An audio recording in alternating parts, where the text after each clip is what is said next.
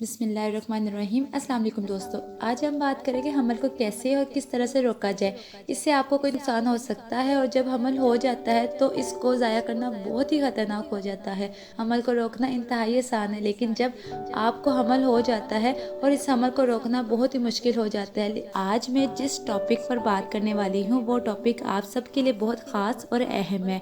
और आज मैं जिस टॉपिक पर बात करने लगी हूँ वो है गैर इरादी तौर पर हमल से कैसे बचा जा सके। ये मौजू बहुत ज़रूरी है कि बहुत सारे जोड़े यानी हस्बैंड वाइफ समाजी और मुआशी या फिर एजुकेशन अभी चल रही है या फिर फैमिली प्लानिंग के बारे में अभी वो ये नहीं चाहते कि हमल हो जाए, वो थोड़ा ब्रेक चाहते हैं लेकिन हमल हो जाता है। दोस्तों, मैं आपको ये बताना चाहती हूँ कि हमल को रोकना इंतहाई आसान है।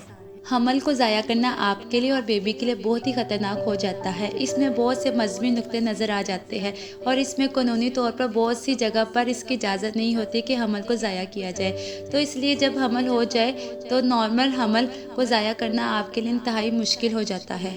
दोस्तों, तो इस चीज़ का फ़ायदा उठाते हैं वो तमाम लोग जो छुप के ये काम करते हैं। ना तो उनके पास सही तौर पर हालात होते हैं और ना ही उनके पास जो लोग उस टाइम चाहिए होते हैं वो भी पूरे नहीं होते।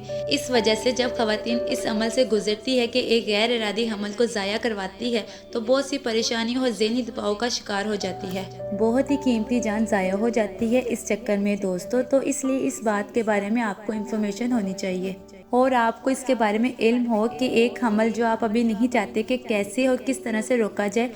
इसके अलावा कुछ ऐसे तरीके होते हैं जो कि बच्चेदानी के अंदर डिवाइस रखी जाती है।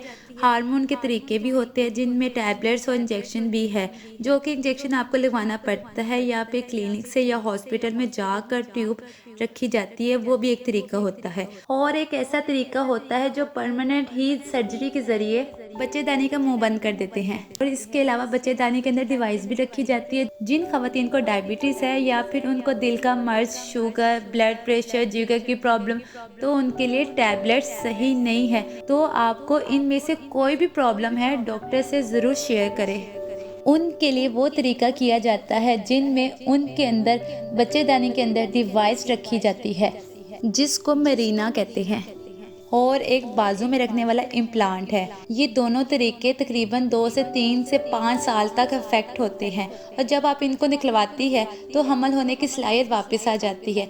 इसके अलावा खवातीन की ट्यूब बंद कर दी जाती है और मर्द की नब्ज। इसमें सबसे अहम और ख़ास बात ये है कि इसमें वापसी की गुंजाइश बहुत कम है। आप जितनी मर्ज़ी एक्सपर्ट बंदे के पास चले जाए और जितनी मर्ज़ी अच्छी सहूलियत वाली जगह पर जाए, फिर भी ये चांसेस बहुत कम रहते हैं।